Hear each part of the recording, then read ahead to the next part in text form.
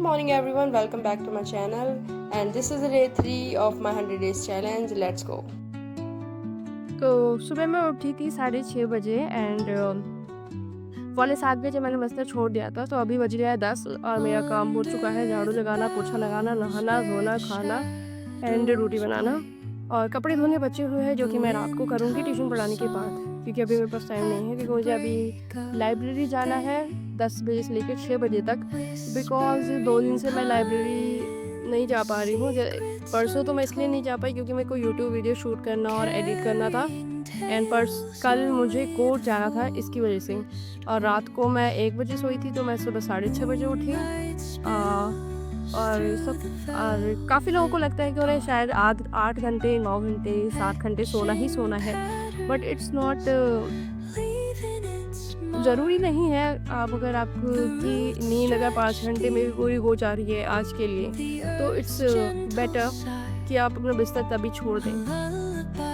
उस चीज़ को उस पॉइंट पे रियलाइज़ कीजिए कि आपकी नींद कंप्लीट हो गई है कि नहीं हुई है, राइट। अगर आपने हर दिन जैसा आपका काम सेम नहीं होता तो हर दिन नींद का टाइम भी सेम नहीं होता। लाइक अगर आप किसी दिन काम ज़्यादा करते हैं तो हो सकता है उस दिन आपको ज़्यादा नींद चाहिए, लेकिन किसी दिन आप अगर कम करते हैं तो हो सकता है आपको नींद कम चाहिए हो। तो ये प्रिंसिपल मत लिखिए कि 8 घंटे ही सोना है। प्रिंसिपल ये रखिए कि जब मेरी नींद कंप्लीट हो जाएगी मैं उस वक्त उठ जाएगा, राइट। इससे कि आपका टाइम बहुत सेव होगा और आपके माइंड में ये बिलीफ सिस्टम नहीं रहेगा कि 8 घंटे सोना है और आपकी नींद पूरी नहीं हुई है, बिकॉज़ ये आपको एक मुसीबत में खड़ा कर देगा ये चीज़। तो अभी 10 बज गए हैं और मैं निकलती हूँ लाइब्रेरी के लिए। चलते। तो सबसे पहले बैग पैक करते हैं लाइब्रेरी के लिए, जिसमें सबसे मेन चीज़ है लैपटॉप एंड देन उसके बाद अपनी बुक्स और नोटबुक्स रखेंगे। तो आज मैं पढ़ूंगी करंट अफेयर्स, जो कि 6 महीने का करंट अफेयर्स के प्रिंट आउट निकलवा लिए हैं मैंने। एंड अपना नोट पैड रखते हैं जिसमें मैंने सुबह जो भी लिखा था करना है उसे देखकर करूँगी अपने 8 घंटे में।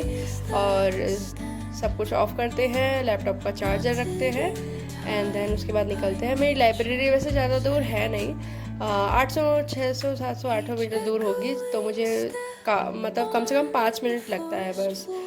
तो देन उसके बाद मैंने सबसे पहले एक मॉक दिया एनटीपीसी का, जो कि प्रैक्टिस मॉक्स चल रहे हैं, जिसमें जो शिफ्ट में क्वेश्चन आ रहे हैं उनसे पूछ के वो अपने प्रैक्टिस मॉक में डाल रहे हैं। तो उसमें मेरे आए 72 मार्क्स आउट ऑफ 100।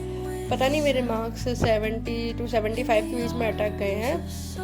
एंड उसके बाद सबसे ज़रूरी होता है मॉक का एनालिसिस करना। मॉक देना ही इसलिए ज़रूरी है क्योंकि आपको एनालिसिस करके अपनी गलतियाँ पता चलती हैं। तो जो भी मेरे वीक पॉइंट थे मैंने उनको नोट किया और मेरी कोशिश यही रहती है कि जो मैं अभी आज गलती करी है मैंने, वो मैं कल दोबारा से ना दोहराऊँ, और अगर दोहराऊँ तो दोबारा नोट कर लूँ। तो नोट करने का मतलब बस यही मकसद है कि अपने जो वीकेंड होते हैं मैं उन पर रिवाइज़ कर लेती हूँ, ये लिखे हुए होते हैं, और बुक मार्क भी क्वेश्चन कर लेती हूँ। तो ये स्ट्रेटजी सबसे बेस्ट है, तो आप भी कीजिएगा। देन उसके बाद मैं वीडियो वो कर रही थी, देख रही थी एनटीपीसी के कि एग्ज़ाम में क्या क्या करंट अफेयर सबसे ज़्यादा आ रहा है, टॉपिक्स वगैरह सिलेक्ट कर रहे थे। एंड उसके बाद मैंने देखा कि बाहर इतनी धूप थी, अब एकदम से बारिश का मौसम हो गया एंड बारिश हुई है।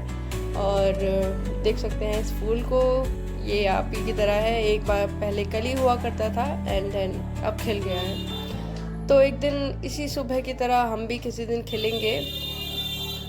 तो अभी मैं छत पर लाइब्रेरी में हूँ एंड अभी आवाज़ आई अंदर एकदम से कि बारिश हो रही है एंड इट्स लाइक कि काफ़ी ज़्यादा धूप निकल रही थी जब मैं आई थी एंड नाउ इट्स रेनिंग। तो मौसम एकदम से बदल गया। बहुत हुए मौसम के मज़े, बैक टू स्टडी। और मुझे लाइब्रेरी में शूट करना या फिर कहीं भी पब्लिक प्लेस पे शूट करना बड़ा शर्म मुझे आती है। कहीं भी शूट करती हूँ तो बड़ा छुप के मुझे शूट करना पड़ता है अपनी लाइब्रेरी में। देन मैंने लंच किया और उसके बाद मैं फिर से अपने मॉक की एनालिसिस कर रही हूँ एंड मॉक एनालिसिस करते फिर अपना प्रैक्टिस भी करी मैंने आज। एंड देन 6 बज गए, लास्ट फाइनल लाइब्रेरी छोड़ने का वक्त हो गया। मुझे मन नहीं करता लाइब्रेरी से जाने का, लेकिन क्योंकि मुझे जाकर ट्यूशन पढ़ाना है, बच्चे 6 बजे आ जाते हैं, तो बच्चों को ट्यूशन पढ़ाया। देन मुझे अभी कपड़े धोने हैं बहुत सारे, तो मशीन लगा दी है मैंने एंड हाथ से भी धोऊंगी ताकि जल्दी कपड़े हो जाए। हाथ से धोने का मतलब यही होता है बस कि मेरी कोशिश होती है जल्दी से कपड़े धुले और मैं जितना ज़्यादा से ज़्यादा टाइम बचा सकूँ अपनी स्टडी के लिए, क्योंकि रात को मुझे अभी पढ़ना है 2 घंटे के लिए। लेकिन मुझे नहीं लगता, मुझे काफ़ी लेट हो जाएगा कपड़े धोते क्योंकि कपड़े बहुत सारे हैं। मैं एक साथ धोती हूँ, ये बार बार थोड़े थोड़े करके धोना, मुझे लगता है कि सर्फ मेरा ज़्यादा बर्बाद होता है, तो सर्फ की बचत के लिए। तो अभी 11 बज गए हैं कपड़े धोते बट अभी कपड़े पूरे नहीं धुले हैं। एंड 3 साल हो गए हैं मम्मी को गए हुए। एंड उससे पहले ये सारे काम वही करती थी। तो पहले जब वो चली गई और फिर हम ये काम करते थे, मतलब घर के सारे काम करते थे, झाड़ू पोछा, कपड़े, रोटी बनाना। हालांकि मेरी बहन ने और मैंने बांट रखा है काम, लेकिन रोज़ रोज़ वही काम करके हम इतना पक गए थे कि हम रोने लगे थे। मतलब एक तरीके से मूड हमारा पूरा ख़राब हो जाता था। हम परेशान हो गए थे कि ये काम कब ख़त्म होगा। हम परेशान इसलिए थे क्योंकि हम सोच रहे थे कि ये कभी ना कभी ख़त्म होगा, जो कि ख़त्म कभी होना ही नहीं है। यही प्रकृति का नियम है। शायद आपकी ज़िंदगी के जो काम है वो कभी ख़त्म नहीं होंगे। जैसा आप हमेशा रोज़ खाते हैं, रोज़ पानी पीते हैं, रोज़ आपको एनर्जी चाहिए, वैसे ही आपकी जो सोल है, जो आपकी आत्मा है, उसको भी एनर्जी चाहिए काम करते रहने के लिए। कपड़े धोने के बाद मैं थक गई थी, लेकिन फिर भी मैंने आधे घंटे या 40 मिनट पढ़ाई की। एंड देन उसके बाद HP लाइफ का एक कोर्स किया मैंने, जिसमें इफेक्टिव लीडरशिप था। तो जिसमें 1-1.5 घंटे का कोर्स है ये। आप उसे पढ़ के आप सर्टिफिकेट मिल सकता है आपको। तो आई थिंक सर्टिफिकेट इतना इम्पॉर्टेंट नहीं होता जितना आप लर्निंग करते हो। आपकी प्रैक्टिकल लाइफ में आप उसे कितना अपनाते हो वो ज़्यादा मैटर करता है। तो रात हो गई है, एंड देन मैंने सब कुछ शट ऑफ किया, एंड देन उसके बाद मैं सो गई। आई होप कि आप इन्जॉय किया होगा इस वीडियो को एंड कुछ सीखा होगा। And thanks for watching this video, and good night all of you.